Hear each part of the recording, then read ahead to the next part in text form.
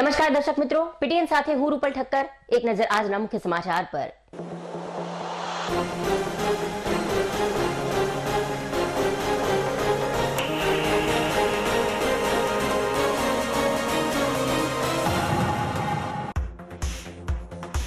પાટણ શહેરના રાસણિયાવાડાના મુખ્ય માર્ગ પર પાસેનું મકાન થયું ધરાશાયી।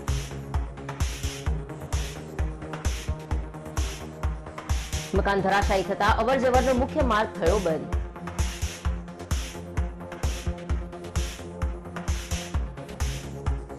મુખ્ય માર્ગ પરનું મકાન ધરાશાયી થતા ટળી મોટી જાનહાનિ।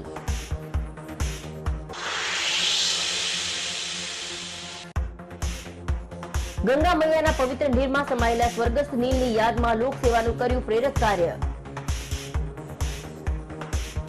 સ્વર્ગસ્થ નીલની તકતીનું અનાવરણ કરી જાહેર જનતા માટે પાણીની પરબ મુકાઈ ખુલ્લી। સ્વર્ગસ્થ નીલ ઠક્કરના સ્મરણાર્થે આગામી સમયમાં પદ્મનાભ 4 રસ્તા પાસે આકર્ષક પ્રવેશ દ્વાર આવશે બનાવવામાં।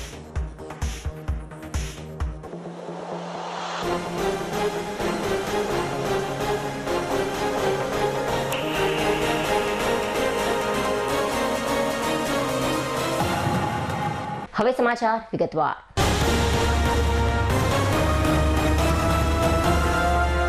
પાટણ શહેરમાં અનેક જાહેર માર્ગો પર પડવાના વાંકે જર્જરિત મકાનો ઉભા હોવા છતાં પણ પાલિકા તંત્ર દ્વારા તેને દૂર કરવાની કોઈ પણ પ્રકારની કવાયત હાથ ન ધરાતા શહેરીજનો કેટલીકવાર આ રસ્તા પરના મોતથી મુખમાંથી પસાર થવાની ફરજ પડતી હોય છે। ત્યારે પાટણ શહેરના રસણિયાવાડા ચામુંડા માતાના મંદિર પાસે જાહેર માર્ગ પર વર્ષોથી પડવાના વાંકે એક જર્જરિત મકાન ઊભું હતું। ત્યારે આ વિસ્તારના વોર્ડ ઇન્સ્પેક્ટરની પણ બેદરકારીને લઈને આજે બપોરના સુમારે આ જર્જરિત મકાન મુખ્ય માર્ગ પર ધરાશાયી થતા સદનસીબે મોટી જાનહાનિ ટળી હતી। જો કોઈ આ રસ્તા પરથી રાહદારી કે વાહન ચાલક પસાર થયો હોત તો મોટી જાનહાનિ થવાની શક્યતાઓ પણ નકારી શકાય તેમ નથી। ત્યારે આ જર્જરિત મકાન મુખ્ય માર્ગ પર ધરાશાયી થતા આવવા જવાનો મુખ્ય માર્ગ બંધ થઈ જવા પામ્યો હતો। ત્યારે આ મુખ્ય માર્ગ પર પાર્ક કરેલ જ્યુપિટર પર મકાનનો કેટલોક કાટમાળ પડતા તેને પણ નુકસાન થવા પામ્યું હતું। જવાહર બેન્ડનો કેટલોક સરસામાન મકાનના ઉપરના ભાગે પડેલો હોવાથી મકાન ધરાશય થતા તેઓનું તમામ સરસામાન કાટમાળની નીચે દબાઈ જવાથી 2 થી 2.5 લાખ રૂપિયા જેટલું નુકસાન થવાની પણ સલીમભાઈ શેખે ભીતિ સેવી હતી। જવાહિર બેન્ડના સંચાલકો આ પડી ગયેલ મકાનની નીચે જ બેસતા હતા, પરંતુ આજ રોજ તેઓ બેઠા ન હતા ત્યારે જ મકાન પડતા તેઓનો આબાદ બચાવ પણ થયો હતો। આ મુખ્ય માર્ગ પરનો જર્જરિત મકાન પડતા મોટી જાનહાનિ ટળી હતી, પરંતુ આ મકાનમાં કેટલોક સરસામાન મૂકેલો હોવાથી કાટમાળની નીચે દટાઈ જતા આર્થિક નુકસાન થવા પામ્યું હતું, જેથી પાલિકા તંત્ર દ્વારા પાટણ શહેરના મુખ્ય માર્ગ ઉપર પડવાના વાંકે ઉભેલા તમામ જર્જરિત મકાનોને વહેલી તકે નોટિસો પાઠવી તેને દૂર કરવાની કામગીરી હાથ ધરવામાં આવે તેવી લોકમાંગ ઉઠવા પામી છે। અમારું મકાન પડી ગયેલું છે દુકાન ઉપરથી, એમાં અમારે લગભગ 2.5 લાખનું નુકસાન થયું છે। એમાં મંદિરની બાજુમાં આવેલું છે, ચામુંડા માતાના મંદિરની બાજુમાં, ને બપોરે 12:15 થી 12:30ના ગાળામાં પડ્યું છે। તેનાથી કોઈ જાની નુકસાન નહીં થયું, માલી નુકસાન થયેલું છે। એટલે આશરે લગભગ 2.5 લાખ રૂપિયા નુકસાન થયું છે। ના, પહેલાં આવું ચડતું કે પણ પડી જાય એવું નહોતું, આજુબાજુથી બધું ખુલ્લું પડે એટલે પડી ગયું છે।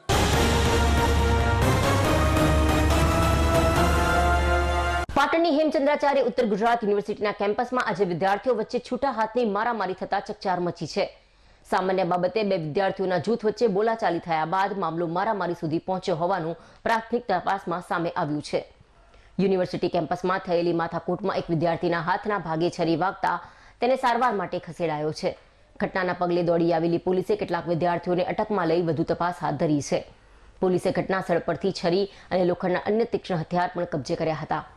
આ મામલે પોલીસ દ્વારા વધુ તપાસ હાથ ધરવામાં આવી છે। પાટણ શહેરની એક કોલેજમાં ધક્કામુક્કી મામલે ઝઘડો ચાલુ થયા બાદ શુક્રવારે બપોરના સમયે ટીબી 3 રસ્તા નજીક ચા પાણી કરી રહેલા 2 કોલેજિયન યુવકો પર 15 થી 18 લોકોના ટોળા દ્વારા આવીને હુમલો કર્યો હતો, જેમાં એક યુવકને હાથના ભાગે છરીના 2 ઘા વાગ્યા હતા। આ લોકો બંને વિદ્યાર્થીઓ બચવા માટે દોડધામ કરીને હેમચંદ્રાચાર્ય યુનિવર્સિટી કેમ્પસમાં દોડી આવ્યા હતા। તેમની પાછળ 8 થી 10 યુવાનો બાઇક પર સવાર થઈને પીછો કરીને આવ્યા હતા। વહીવટી ભવન નજીક પહોંચતા બંને વિદ્યાર્થીઓને પકડી યુવકોના ટોળાઓએ ફરીથી હુમલો કર્યો હતો। ઘટનાના પગલે આસપાસના વિદ્યાર્થીઓ મારતા છોડાવ્યા હતા, તેમજ શરીર ઈજાઓ પહોંચેલ હોવાથી તાત્કાલિક જનતા હોસ્પિટલમાં સારવાર અર્થે ખસેડાયા હતા અને ઘટનાને પગલે પોલીસે જાણ કરતા પોલીસ દોડી આવી હતી। હુમલો કરનાર યુવકોના ટોળા પૈકી 3 થી 4 યુવકોને અન્ય વિદ્યાર્થીઓ પકડી રાખ્યા હતા, જેને પોલીસે આવીને પકડી હથિયાર સાથે પોલીસ મથકે લઈ જઈને વધુ તપાસ હાથ ધરી હતી। વિદ્યાર્થીએ જણાવ્યું હતું કે કોલેજમાં પરીક્ષા ચાલુ હતી, જે દરમિયાન મને નીચે બોલાવ્યો હતો। પરંતુ હું ગયો ન હતો. આ લોકો સામાન્ય ધક્કામુક્કી મામલે થયેલી બબાલમાં મને મારવા માંગતા હતા, પરંતુ હું ત્યાંથી નીકળી ગયો હતો. આજે મહાકાળી હોટલ પાસે અમે લોકો ચા પી રહ્યા હતા, જે દરમિયાન આ લોકોનું ટોળું આવીને અમારા પર હુમલો કર્યો હતો, જેમાંથી એક યુવકે પોતાની ફેટમાંથી છરી કાઢીને હાથ પર હુમલો કર્યો હતો. અન્ય યુવકો પાસે લાકડી અને તીક્ષ્ણ હથિયારો હતા, જે લઈ અમને મારવા દોડ્યા હતા, પણ અમે યુનિવર્સિટીમાં દોડીને આવતા તેમ લોકોએ પીછો કર્યો હતો. ઇજાગ્રસ્ત જોશી ઉર્વીને જણાવ્યું કે મને ઝઘડા બાબતે કોઈ જ ખ્યાલ નથી. હું તો માત્ર હોટલે ચા પીવા જતો હતો અને તે દરમિયાન ઝઘડો ચાલુ હતો. સાઈડમાંથી પસાર થવા જતાં એક યુવકે મારી પર છરીથી હુમલો કરી દીધો હતો.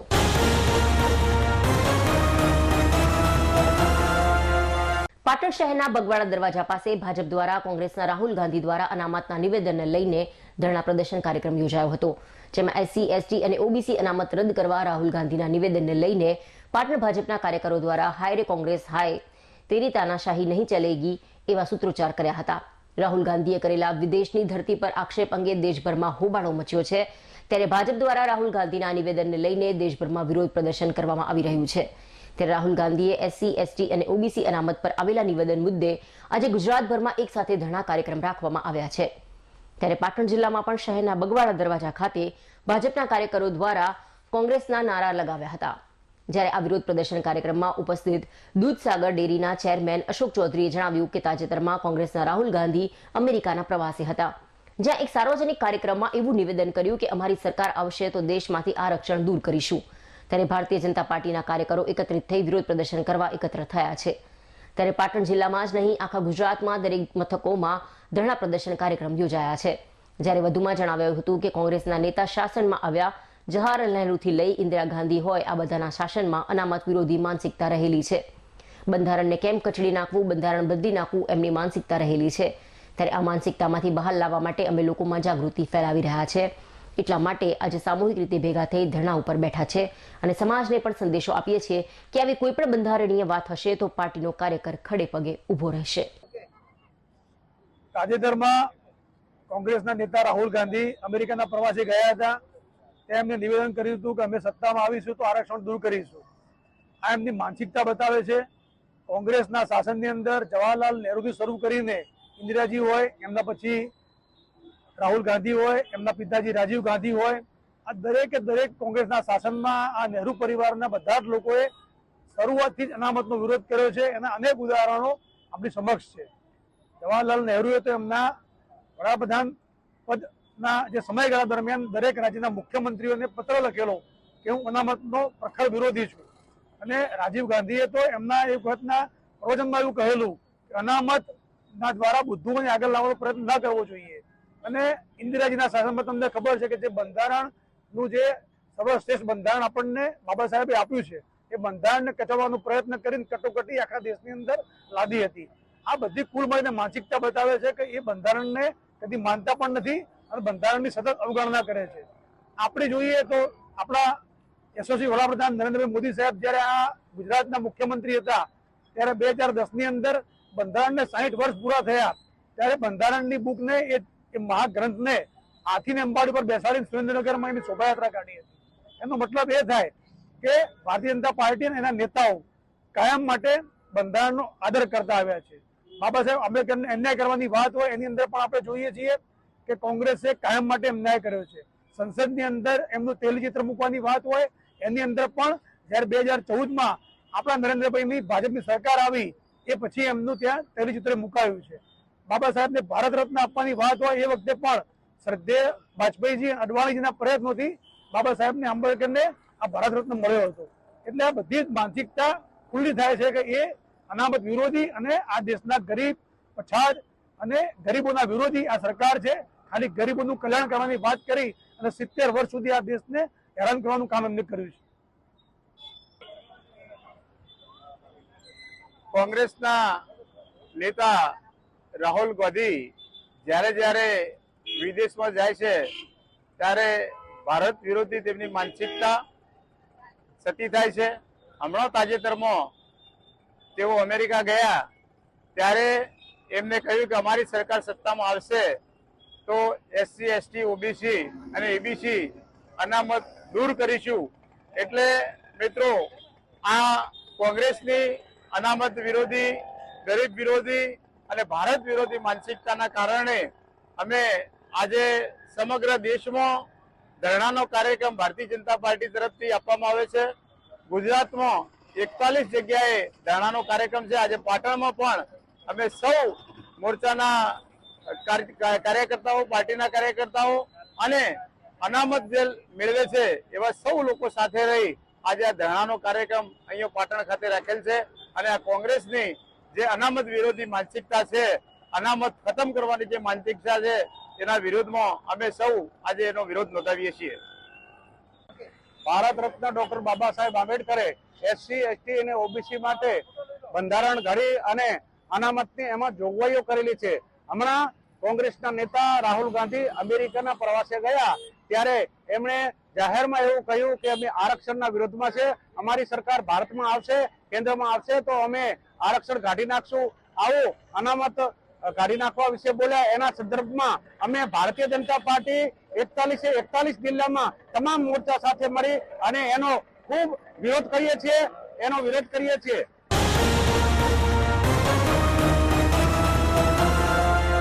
પાટણ તાલુકાના સંખારી ગામના તળાવમાંથી શુક્રવારના રોજ કોઈ આધેડ મહિલાની વિકૃત હાલતમાં લાશ તરતી હોવાનું ગામ લોકોના ધ્યાને આવતા તેઓએ આ બાબતે પાટણ તાલુકા પોલીસને જાણ કરતા પોલીસે ઘટના સ્થળે આવી તરવૈયાઓની મદદથી તળાવમાંથી વિકૃત બનેલી આધેડ મહિલાની લાશને બહાર કાઢી હતી. જે બાદ તેની ઓળખ વિધિ કરતા આ લાશ સંખારી ગામના બબીબેન બબાભાઈ નાયક, ઉંમર વર્ષ 75ની હોવા જાણવા મળ્યું હતું. પોલીસે તેના પરિવારજનોને ઘટના સ્થળે બોલાવી લાશની ઓળખ વિધિ કરાવતા લાશ પોતાની માતાની હોવાનું અને તેઓ 3 દિવસ પહેલા ઘરેથી અમદાવાદ પુત્રને ત્યાં જવું છે તેમ કહીને નીકળ્યા હોવાનું તેમજ તેઓ માનસિક રીતે પણ બીમાર હોવાનું જણાવી તેઓની દવા ચાલતી હોવાથી બીમારીથી કંટાળી તેઓએ ગામ તળાવમાં પડી જઈ પોતાની જીવન લીલા સંકેલી લીધું હોવાનું પરિવારજનોએ પોલીસ સમક્ષ જણાવ્યું હતું. જેથી તાલુકા પોલીસે પરિવારના સભ્યોના જરૂરી જવાબો લખી લાશને પરિવારજનોને સોંપવામાં આવી હોવાનું પાટણ તાલુકા પોલીસ સ્ટેશનના સૂત્રોએ જણાવ્યું હતું.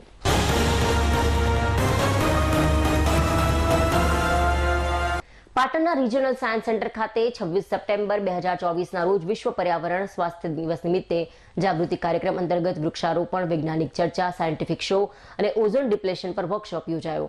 આ કાર્યક્રમમાં ગુજકોસ્ટ ગાંધીનગર આયોજિત અરવલ્લી, સાબરકાંઠા, ગાંધીનગર, પંચમહાલ અને પાટણ જિલ્લાથી શૈક્ષણિક પ્રવાસે આવેલ 5 શાળાઓના 236 વિદ્યાર્થીઓ, 20 શિક્ષકો અને 50 જેટલી જાહેર જનતા સહિત કુલ 300થી વધુ સહભાગીઓએ ભાગ લીધો હતો. નિષ્ણાત ગાઈડ દ્વારા ઇન્ટરેક્ટિવ મોડેલના માધ્યમથી પૃથ્વી પરના અદ્રશ્ય કવચ ઓઝોન સ્તરના આવરણ અને તેના નુકસાન કરતા તત્વો વિશે સહભાગીઓનું નિદર્શન કરવામાં આવ્યું હતું. સાયન્સ સેન્ટરના પ્રોજેક્ટ ડાયરેક્ટર ડોક્ટર સુમિત શાસ્ત્રીએ જણાવ્યું કે પર્યાવરણનું જતન અને ઓઝોન સ્તરની સુરક્ષા આપણી આવનારી પેઢીઓ માટે અત્યંત મહત્વપૂર્ણ છે. આ કાર્યક્રમનો મુખ્ય ઉદ્દેશ વિદ્યાર્થીઓને પર્યાવરણના મહત્વના મુદ્દાઓ જેમ કે ગ્લોબલ વોર્મિંગ, પર્યાવરણીય પ્રદૂષણ, જળ સંસાધનોની ક્ષતિ અને જૈવ વિવિધતાનું સંરક્ષણ વિશે જાગૃત કરવાનો છે.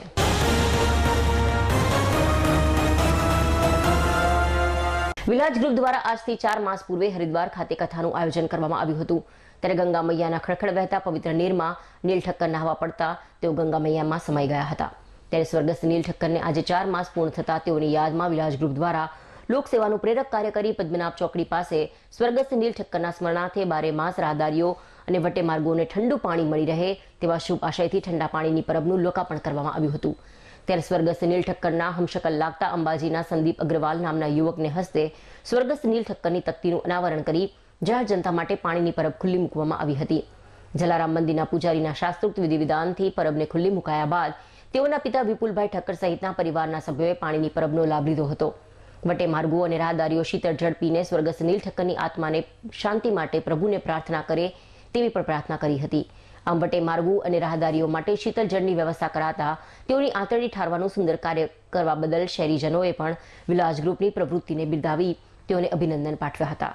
આગામી સમયમાં સ્વર્ગસ્થ નીલ ઠક્કરના સ્મરણાર્થે પદ્મનાભ 4 રસ્તા પાસે આકર્ષક પ્રવેશદ્વારની સાથે સાથે અન્ય સેવાકીય કાર્યો કરતા રહેવાની પણ લાલેશ ઠક્કરે તૈયારી દર્શાવી હતી. હરિદ્વાર મુકામે આજથી 4 માસ અગાઉ કથાના આયોજન માટે સમગ્ર પરિવાર સાથે ગયેલા અને ત્યાં ગંગા નદીની અંદર નાવા પડેલા અને ત્યાં ગંગા નદીના ખોળે સમાઈ ગયેલા એની સમગ્ર પાટણની જનતાએ નોંધ લીધેલી. આજે એને 4 મહિના થયા છે અને શ્રદ્ધાંજલિના ભાગરૂપે પરિવાર દ્વારા એક પાણીની પરબ બનાવી છે અને એ પરબ જાહેર જનતા માટે આજે ખુલ્લી છે. એની અંદર આ વિસ્તારના સૌ રહીશો, જલારામ મંદિરના મહારાજશ્રી અને આજુબાજુના વિસ્તારના લોકોએ હાજર રહી અને આ પાણીની પરબ આજે ખુલ્લી મૂકી છે. આવનારા દિવસોની અંદર પણ સ્વર્ગસ્થ નીલની યાદમાં કંઈક સારા કાર્યો અમારાથી થાય એવો અમારા પરિવારને પ્રયત્ન રહેશે.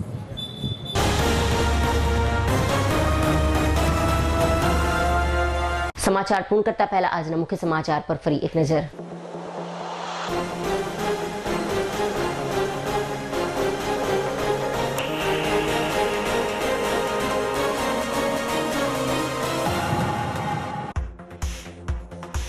પાટણ શહેરના રાસણિયાવાડાના મુખ્ય માર્ગ પર પાસેનું મકાન થયું ધરાશાયી.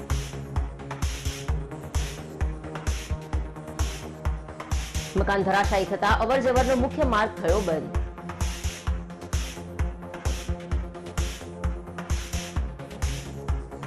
મુખ્ય માર્ગ પરનું મકાન ધરાશાયી થતા ટળી મોટી જાનહાનિ.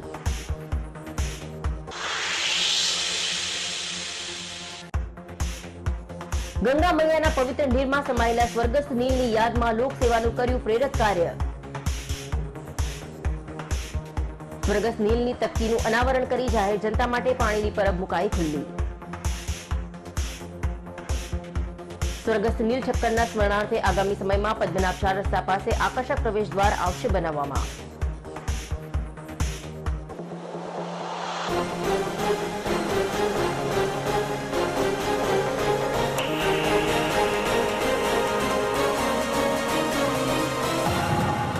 આ સાથે આજનું સમાચાર બુલેટિન સમાપ્ત કરીએ. રજા આપશો. નમસ્કાર.